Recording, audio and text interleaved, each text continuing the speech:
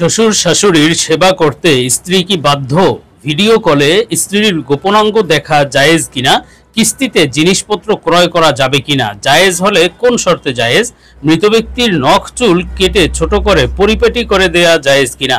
অত্যন্ত অত্যন্ত গুরুত্বপূর্ণ কিছু প্রশ্ন, জীবন ঘনিষ্ঠ প্রয়োজনীয় কিছু বিষয়, প্রত্যেকটা মানুষের বিষয়গুলো জানা থাকা দরকার। যেমন মৃত ব্যক্তি হয়তো নখ চুল বড় আছে, দেখতে ভালো দেখাচ্ছে না, এখন তাকে ওই নখ চুল কাটা যাবে কিনা, এটা জায়েজ হবে কিনা? তেমনি ভাবে কিস্তিতে জিনিসপত্র ক্রয় করে এটা জায়েজ কি জায়েজ না? তেমনি ভাবে ভিডিও কলে স্ত্রীর গোপনাঙ্গ, স্বামী স্ত্রী দূরে আছে, ভিডিও কলে স্ত্রীর গোপনাঙ্গ দেখলো, এটা জায়েজ হবে কিনা? তেমনি শ্বশুর শাশুড়ির সেবা করতে স্ত্রী বাধ্য কিনা, বা তাকে জোর করা যাবে কিনা, নাকি স্ত্রীর কোনো শ্বশুর শাশুড়ির সেবা করা লাগবে না, বিষয়গুলো নিয়ে বিস্তারিত আলোচনা করবে ইনশাআল্লাহ। সুতরাং মনোযোগ সহ ভিডিওটি শেষ পর্যন্ত দেখুন, অন্যথায় কোনো বিষয়ে ভুল বোঝার সম্ভাবনা থাকে। আর সরাসরি কোনো প্রশ্ন করতে বা লিখিত কোনো বিষয়ে সমাধান পেতে ফতোয়া বিভাগে স্ক্রিনে দেওয়া নাম্বারে ইমো অথবা হোয়াটসঅ্যাপে যোগাযোগ করবেন। আর ভিডিওটি যাতে ইউটিউব অন্যদের কাছেও পৌঁছে দিতে বাধ্য হয়, এজন্য ভিডিওতে একটি লাইক দিয়ে চ্যানেলটি সাবস্ক্রাইব করে দিবেন। তোমরা সরাসরি প্রশ্নের জবাবে চলে যাই। প্রশ্ন ছিল, মৃত ব্যক্তির নখ চুল কেটে ছোট করে পরিপাটি করে দেয়া জায়েজ কিনা? না, মৃত ব্যক্তির নখ চুল ইত্যাদি ছোট করা যাবে না বা পরিপাটি করার দরকার নেই। তার যে অবস্থায় আছে ওই অবস্থায় আপনি তাকে দাফন করেন। তাকে পরিপাটি করা, সাজিয়ে গুছিয়ে দেয়া, নখ চুল কেটে দেয়া, এগুলোর কোনো প্রয়োজন নেই, এগুলো করা যাবে না।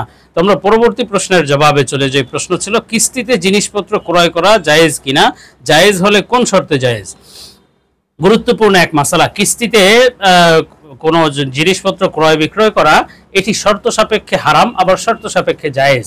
অর্থাৎ শর্ত পাওয়া গেলে বা জায়েজ পদ্ধতিতে করলে তো জায়েজ, কিন্তু বিনা শর্তে অথবা বর্তমানে যে অনেক ক্ষেত্রে কিস্তিতে যেমন হয়, এটা নাজায়েজের মধ্যে পড়ে। এখন সেই শর্ত কি? যদি শর্ত পাওয়া যায় তাহলে জায়েজ।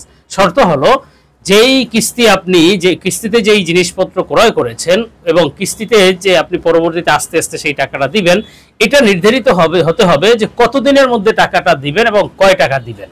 এই দুইটা জিনিস নির্ধারিত হতে হবে, সময় এবং পরিমাণ। এটা আপনি একটা জিনিস কিস্তিতে নিলেন, হতে পারে ফ্রিজ, হতে পারে অন্য কোনো জিনিস, তো সেটা নেওয়ার পরে আপনার এটা নির্ধারিত থাকতে হবে ওটার মূল্য কত এবং ওটা কতদিনের মধ্যে আপনি পেইড করবেন ওই টাকাটা। তো সময় এবং অর্থের পরিমাণটা আপনার নির্ধারিত হতে হবে, তাহলে জায়েজ।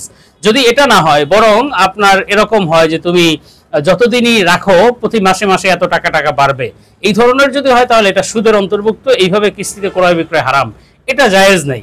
যদি সময় এবং পরিমাণ নির্ধারণ থাকে তাহলে জায়েজ আছে। তো আমরা পরবর্তী প্রশ্নের জবাবে চলে যাই। প্রশ্ন ছিল, ভিডিও কলে স্ত্রীর গোপনাঙ্গ দেখা জায়েজ কিনা? দেখুন, ভিডিও কলে স্ত্রীর গোপনাঙ্গ দেখা, এক্ষেত্রে বর্তমানে আসলে মাসআলা অনেক সময় এক এক রকম হয়। অর্থাৎ মাসআলা তো একটা, কিন্তু অন্য আনুষঙ্গিক দৃষ্টিকোণ থেকে মাসআলাটা পরিবর্তিত হয়ে যায়। সেটা কিরকম?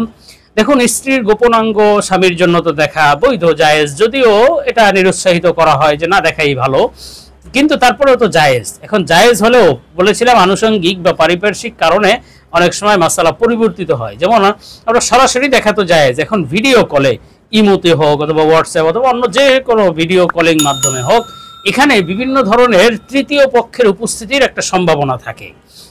ফোনটা হ্যাকড হতে পারে অথবা যে কোনোভাবে তৃতীয় পক্ষ আপনার কলে, আপনার কথাবার্তায়, আপনার যে ভিডিও করছেন এগুলোতে নজর রাখতে পারে। তো সেক্ষেত্রে আপনার স্ত্রীর গোপনাঙ্গ আপনি দেখলেন না, অন্য মানুষও, এই সম্ভাবনা আছে। সুতরাং এজন্য আসলে এই কাজটি থেকে বিরত থাকাই ভালো, যেহেতু এতে ক্ষতির সম্ভাবনা আছে। আপনার পার্সোনালিটি, আপনার প্রাইভেট বিষয়গুলো ওপেন হয়ে যেতে পারে, অন্য ব্যক্তি তৃতীয় পক্ষের হাতে চলে যেতে পারে, এবং এগুলো অনেক সময় ঘটেছে, এর মাধ্যমে ব্ল্যাকমেইলের শিকার হয়েছে, অনেক ঘটনা ঘটেছে। এজন্য আসলে এই কাজটি থেকে বিরত থাকাই ভালো, যদিও জায়েজ প্রাথমিক দৃষ্টিতে, কিন্তু তারপরেও ওই যে বলেছি তৃতীয় পক্ষের কারণে অথবা অন্য কোনো পারিপার্শ্বিক কারণে বিষয়টি থেকে সাবধান থাকাই উচিত। তো আমরা পরবর্তী প্রশ্নের জবাবে চলে যাই। প্রশ্ন ছিল, শ্বশুর শাশুড়ির সেবা করতে স্ত্রী কি বাধ্য?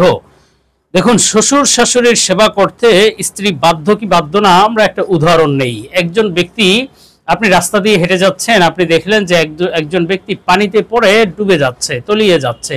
এখন আপনি তাকে উদ্ধার করলেন না, আপনি ওখান থেকে হেঁটে চলে গেলেন, তার সাথে কোনো কথাও বললেন না। তো আপনাকে আইন এটা বলবে না, আপনাকে গ্রেফতার করবে না যে তুমি তাকে কেন বাঁচালে না, ওই লোকটি মারা গেল। তো আপনাকে ওই যে আইন অথবা আদালত আপনাকে এই শাস্তি দিবে না যে তুমি তাকে হত্যা করেছো, তুমি বাঁচালে তো সে বেঁচে যেত। তুমি না বাঁচানোর কারণে সে মারা গিয়েছে, এখন তুমি হত্যার দায়ে অভিযুক্ত, এভাবে তো কেউ বলবে না। কিন্তু অবশ্যই আইন যদিও আপনাকে এটা বাধ্য না করে, কিন্তু আপনার দিমাগ, আপনার যে মানবতা, মানসিকতা, মানবিকতা, এটা আপনাকে অবশ্যই বাধ্য করা উচিত যে আমি ওই লোকটাকে বাঁচাই। এবং মানুষও আপনাকে সিচি করবে যে তুমি কেমন মানুষ, তুমি কি মানুষ নাকি অমানুষ, তুমি ওই ব্যক্তিকে বাঁচালে না।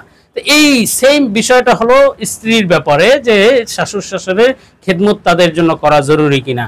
আইনগতভাবে শরিয়াত আইন তাদেরকে বাধ্য করবে না, কিন্তু মানবতা তাকে অবশ্যই বাধ্য করবে। স্ত্রীর জন্য উচিত হলো শ্বশুর শাশুড়ির খেদমত করা, কেননা আসলে মূলত খেদমত করা তো স্বামীর উপরে ওয়াজিব, ছেলের উপরে শ্বশুর শাশুড়ির খেদমত করা বা নিজের পিতামাতার খেদমত করা ওয়াজিব, খেদমত করার ব্যবস্থা করা ওয়াজিব। এখন যেই ছেলেটা বাহিরে আপনার জন্য কাজ করছে, স্ত্রীর জন্য কাজ করছে, সংসার পরিচালনার জন্য কাজ করছে, সে বাহিরে চলে যাচ্ছে ইনকামের জন্য, তো এখন সে পিতামাতার কাছে বসে থাকলে তো আর ইনকাম হবে না, আপনার জন্য সংসারের জন্য ইনকাম করছে, সুতরাং তার কাজটা তো আপনার করে দেওয়া উচিত। এবং তারা মুরব্বী মানুষ, আপনার মুরব্বী মানুষ, এবং তারা আপনার সম্মানের যোগ্য, আপনি তাদেরকে শ্রদ্ধা করবেন, সম্মান করবেন, ভালোবাসবেন, এটার যোগ্য, এটাই হওয়া উচিত। সুতরাং এটা মানবতার দৃষ্টিতে অবশ্যই এটা ওয়াজিব, আবশ্যক, এবং প্রত্যেক মা বোনের, প্রত্যেক পুত্রবধূদের বিষয়টিতে যথাসম্ভব আমল করা চাই। কেননা আপনিও হয়তো একসময় শাশুড়ি হবেন এবং তখন আপনারও খেদমতের প্রয়োজন হবে পুত্রবধূর। তখন সে যদি এই মাসালা দেয় যে আইনগতভাবে ওয়াজিব না, আপনার খেদমত আমি কেন করব, তখন আপনার কেমন লাগবে? তো আপনার শ্বশুর শাশুড়ির ওরকমই লাগে। সুতরাং উচিত হলো তাদেরকে মন প্রাণ উজাড় করে তাদেরকে যথাসম্ভব খেদমত করে যাওয়া।